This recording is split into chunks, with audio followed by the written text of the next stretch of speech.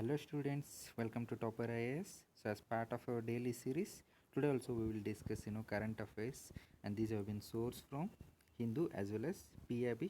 So let's get started. So the first one is with respect to Ujjwala Yojana. See, basically Ujjwala Yojana was meant to provide LPG connections to poor households. Okay.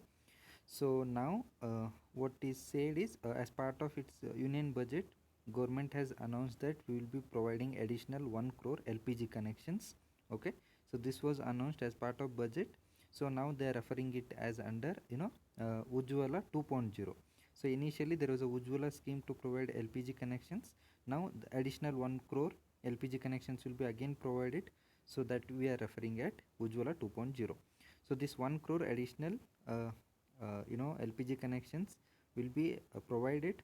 Deposit free LPG connections will be provided to those low income families, so those who were not covered under earlier phase of Pradhan Mantri Ujjwala Yojana. Okay, remember that.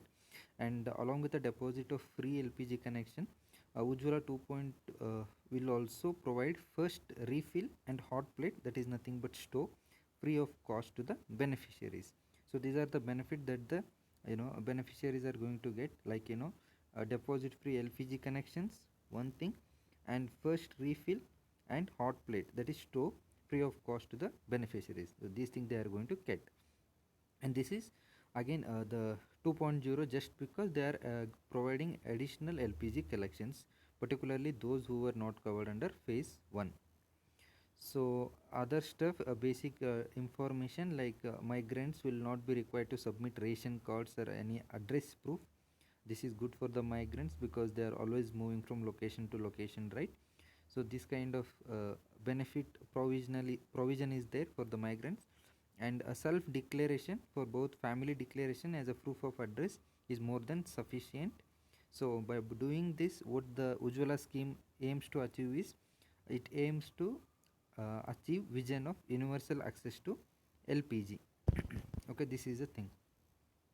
So basically related to Ujjwala we have, so Ujjwala 1.0, the earlier phase is referred as. This was implemented by Union Ministry of Petroleum and Natural Gas. Remember that was launched in the year 2016. So what was the aim? Aim was, there was a target which was set to provide deposit free LPG connections to 5 crore women members of BPL households. So this was the target. Later on it was increased to 8 crore also. Then apart from that, another stuff you should remember with respect to LPG is, there was also Give It Up campaign, where as part of this campaign, many middle class families have voluntarily give up their cooking gas subsidy. So that was helpful for giving LPG connections to those people who do not have capacity to afford such kind of LPG connections. So Give It Up campaign was complementing this Ujjwala scheme. So these all stuff you remember. Basically Ujjwala scheme to give free LPG connections, deposit free LPG connections. So earlier there was a phase 1, now 5 crore target, then 8 crore target. Now additional 1 crore LPG connections will still be given. Remember that. The next one is with respect to heading of the article, Home Ministry flags illegal migration. See, a government says that there are reports of some Rohingya Muslims indulging in unlawful activities. Basically unlawful activities include antisocial anti-national activities, like drugs, smuggling, terrorism, Naxalism, all this stuff. Okay, so ministry said that center has issued instructions to state government and union territory administration that be aware, that and take appropriate steps to identify such illegal migrants as they are involving in unlawful activities. And other things you should remember, whenever Rohingyas issue comes up, you see these people are refugees. So issue of how India deals with the refugee issue also makes headlines. So what you should remember is, India is not signatory to 1951 UN convention relating to status of refugees. Okay, remember that India is not party to this. So how are the refugees or the foreign nationals are governed within India? See, there are acts like, we have Foreigners Act of 1946, Registration of Foreigners Act 1939, we have Passport Act of 1920, Citizenship Act of 1955.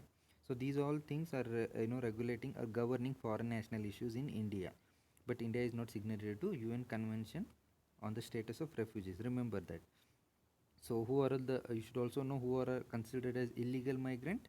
A foreign national who enter the country without valid travel documents are treated as illegal migrants. Remember that.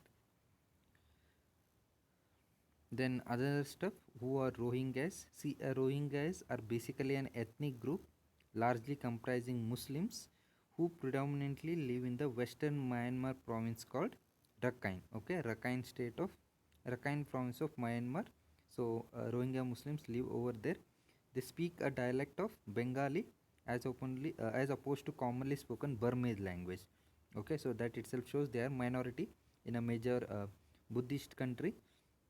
So, though they have been living in Southeast Asian country for generation, Myanmar considers them as persons who migrated to their land during colonial rule.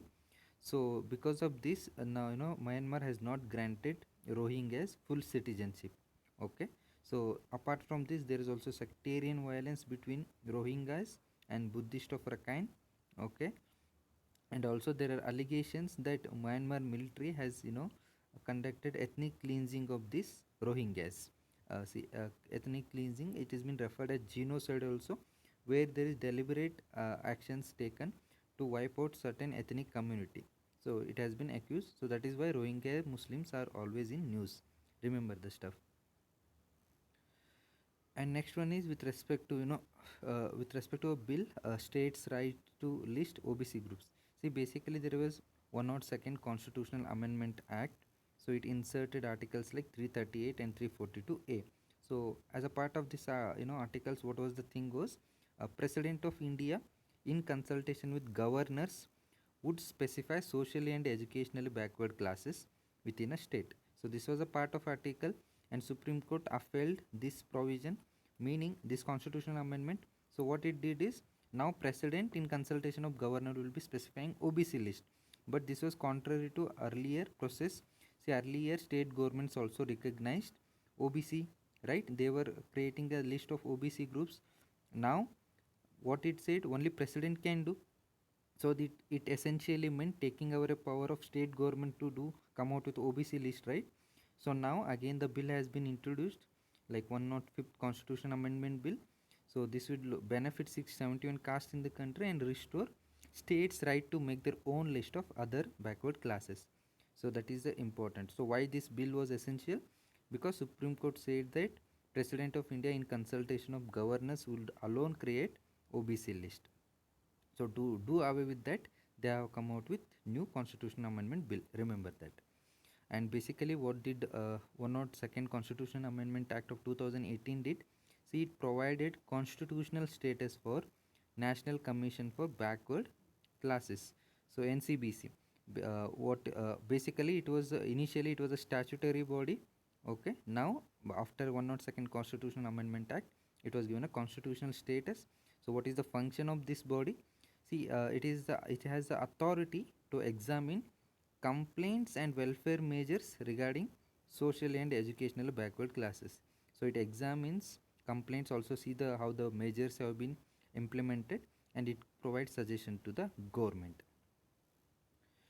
So that's it for today. You can also download the PDF of this document in the link that is shared below, and do download Opera IAS Institute app so that you get access to a number of these videos which will help you in your UPSC preparation. That's it. Thank you.